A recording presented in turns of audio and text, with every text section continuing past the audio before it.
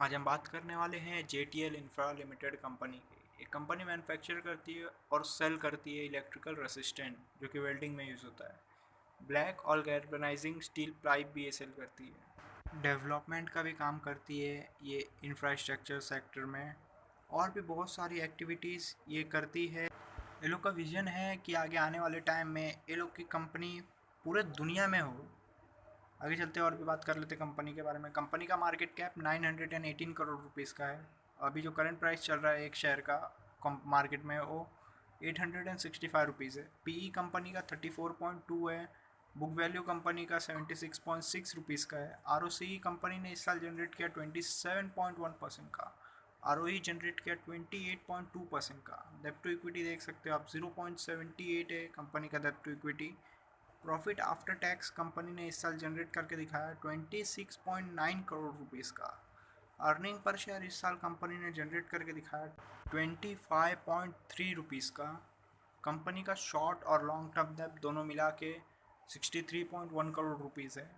Company के पास cash और bank balance, जिसको हम लोग कैश इक्विवेलेंट बोलते हैं, दोनों मिला के 4.17 करोड़ रुपीज़ है। कंपनी ने इस साल टोटल सेल्स करके दिखाया लगभग 435 करोड़ रुपीज़ का। आगे चलते क्वार्टरली रिजल्ट जान लेते कंपनी का। सितंबर क्वार्टर में कंपनी ने सेल्स किया 79.88 करोड़ का, जिसमें प्रॉफिट बिफोर टैक्स रहा 3.84 करोड़ का। प्रॉफिट आफ्टर टैक्स रहा 2.87 करोड़ का। अर्निंग पर शेयर रहा 2.71 रुपीज़ का। दिसंबर क्वार्टर में कंपनी ने सेल्स किया 100.94 करोड़ का, जिसमें प्रॉफिट बिफोर टैक्स रहा 6.71 करोड़ का। प्रॉफिट आफ्टर टैक्स रहा 5.02 करोड़ का। अर्निंग पर शेयर रहा 4.73 रुपीज़ का। मार्च क्वार्टर में कंपनी ने सेल्स किया 204.19 करोड़ का, जिसमें प्रॉफिट बिफोर टैक्स रहा 14.80 करोड़ रुपीज़ का। प्रॉफिट आफ्टर टैक्स रहा 10.92 करोड़ का।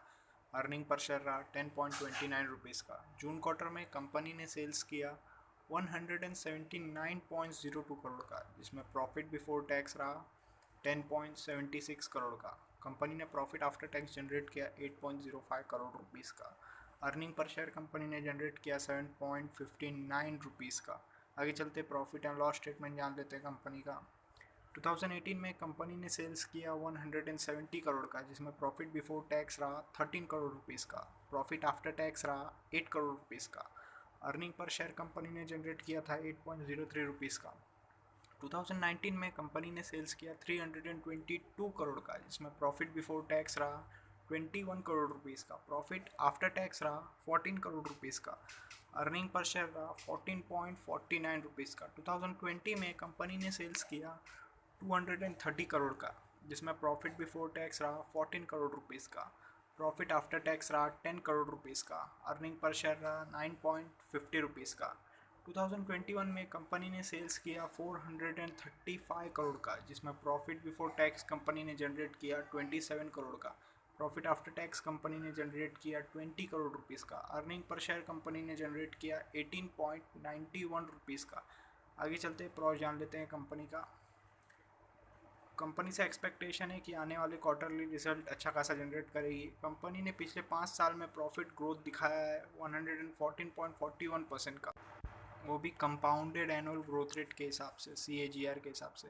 कंपनी ने पिछले 3 साल में अच्छा खासा ROE मेंटेन करके रखा है, लगभग 29.43% का ROE मेंटेन करके रखा है। रेशो जान लेते हैं कंपनी का। कंपाउंडेड सेल्स ग्रोथ रेशो देख लेते हैं। पिछले 10 साल का एवरेज कंपाउंडेड सेल्स ग्रोथ है 17% का। पिछले 5 साल का लगभग 36% है। पिछले 3 साल का लगभग 37%। और आगे आने वाले साल का एस्टिमेट है कि 137% कंपनी का सेल्स ग्रोथ होगा। कंपाउंडेड प्रॉफिट ग्रोथ देख लेते हैं। पिछले 10 साल का एवरेज 15% है कंपाउंडेड प्रॉफिट ग्रोथ। पिछले 5 साल का 144% है। पिछले 3 साल का 36% है। और आगे आने वाले साल का एस्टिमेट है कि कंपाउंडेड प्रॉफिट ग्रोथ होगा कंपनी का 182% का। स्टॉक का प्राइस कैसे मूव किया वो भी देख लेते हैं। पिछले 10 साल का हमारे पास अवेलेबल नहीं है। पिछले 5 साल में एवरेज स्टॉक का प्राइस बढ़ा है 69% के हिसाब से। पिछले 3 साल में एवरेज स्टॉक का प्राइस बढ़ा है 94% के हिसाब से। और पिछले साल कंपनी का स्टॉक का प्राइस बढ़ गया 574% का। रिटर्न ऑन इक्विटी जान लेते हैं। पिछले 10 साल का एवरेज रिटर्न ऑन इक्विटी है 22% का। पिछले 5 साल का 29% है। पिछले 3 साल का 29% है। और पिछले साल कंपनी ने रिटर्न ऑन इक्विटी जनरेट करके दिखाया लगभग 28% का। शेयर होल्डिंग पैटर्न जान लेते हैं कंपनी का। मार्च क्वार्टर में प्रमोटर्स का होल्डिंग था 67.84% का, जो कि जून क्वार्टर में घट के 65.96% रह गया। पब्लिक होल्डिंग था मार्च में 32.16% का, जो कि जून क्वार्टर में बढ़ के 34.04% का हो गया। अभी तक फॉरेन इन्वेस्टर, इंस्टीट्यूट और गवर्नमेंट ने इन्वेस्ट नहीं किया है कंपनी में। एनालिसिस अच्छा लगा तो प्लीज़ लाइक करें, शेयर करें, कमेंट करें और सब्सक्राइब ज़रूर करना।